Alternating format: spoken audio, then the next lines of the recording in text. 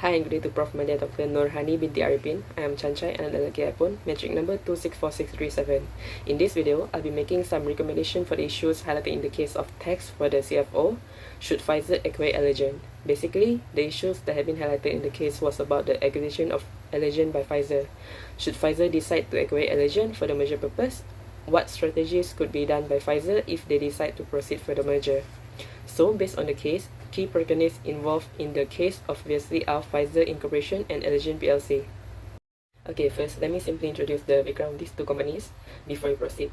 First is Pfizer. Pfizer was founded in 1849 in New York, starting by providing a candid treatment for an intestinal illness. It has its headquarters in the New York, and by 2014, it has grown to become a Fortune 100 company with over 78,000 employees, generating almost $50 billion annual revenue and a footprint in over 100 countries.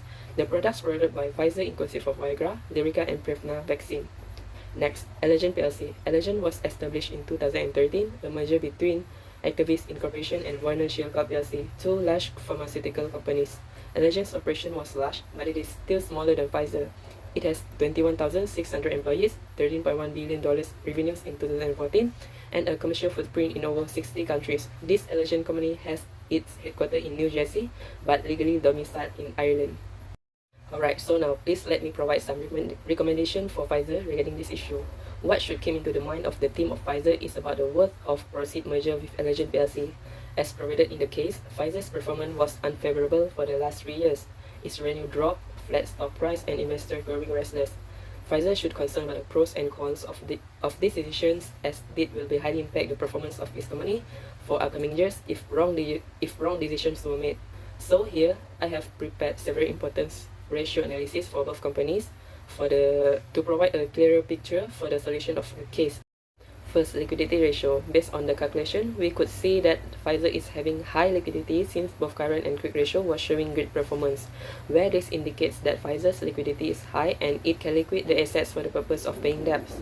While looking into the Allergan's liquidity ratio, current ratio is doing great in both years, even though it is lower than Pfizer. However, quick ratio was far away lower as compared to the Pfizer. Next, moving to activity ratio.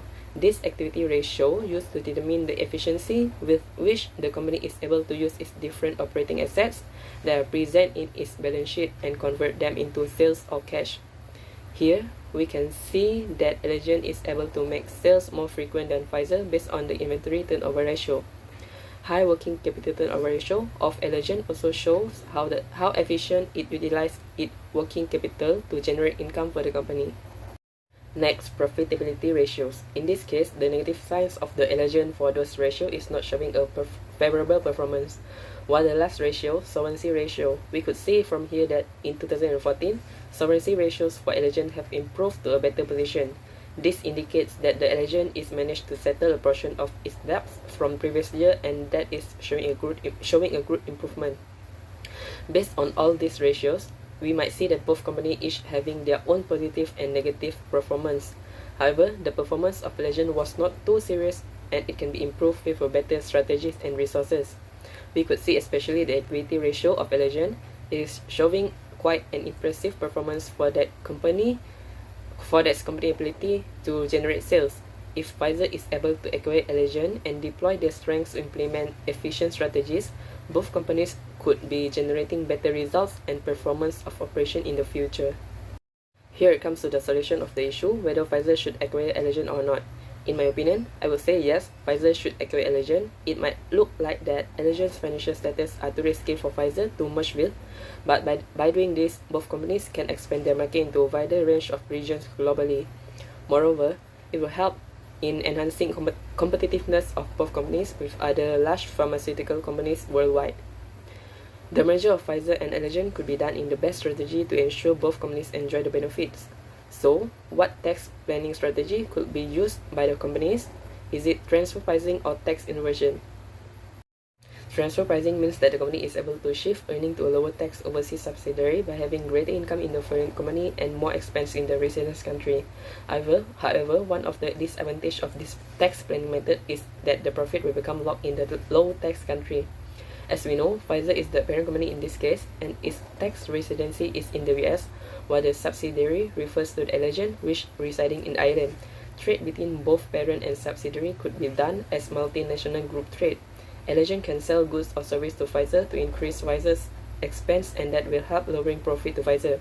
Hence, Pfizer's tax were lower due to the lower profit. However, if the profits from the subsidiary in Ireland is transferred to the US, higher tax might be imposed for the transfer. For tax inversion, it means that relocating the headquarters to the other country which has lower tax rate. Pfizer will merge with the Allegion, and Pfizer will have the resident status in Ireland which has lower tax rate. In this case, Pfizer will become subsidiary of Allegion. All operations will be remain in the US. The only thing that's changed is the headquarters of Pfizer, which will be located in Ireland and enable Pfizer to enjoy lower tax rate there. By using SWOT analysis, I would like to recommend Pfizer to go for tax inversion. So what are the reasons? First, looking into the strengths. By acquiring Allegion, which having the headquarters at Ireland, the tax rate in the Ireland has a large difference from tax rate in the US. Ireland's corporate tax is 12.5% as compared to 40% in the US.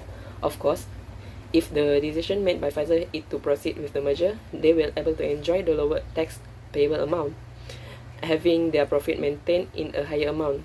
Moreover, tax inversion helps to lower the risk of tax repatriation. However, the weakness is about the control that lose its parent status and becomes subsidiary to Allegion. Pfizer will lose portion of controlling interest in this case, while opportunity is about expanding the business to a bigger market and stronger brand recognition due to both companies' succession in pharmaceutical industry. Lastly, the threat would be the risk of changing policy or regulatory by the US government on tax inversion. But then, if the discussion on the merger and acquisition could be done within 6 months rather than 9 months, as provided in the case, it will lower the risk of implementation of new policy by the US government. In short, Pfizer should proceed with the merger by going for tax inversion strategy to ensure that both companies are able to sustain in the long run and be successful in the pharmaceutical industry. So that's all from me. Thank you.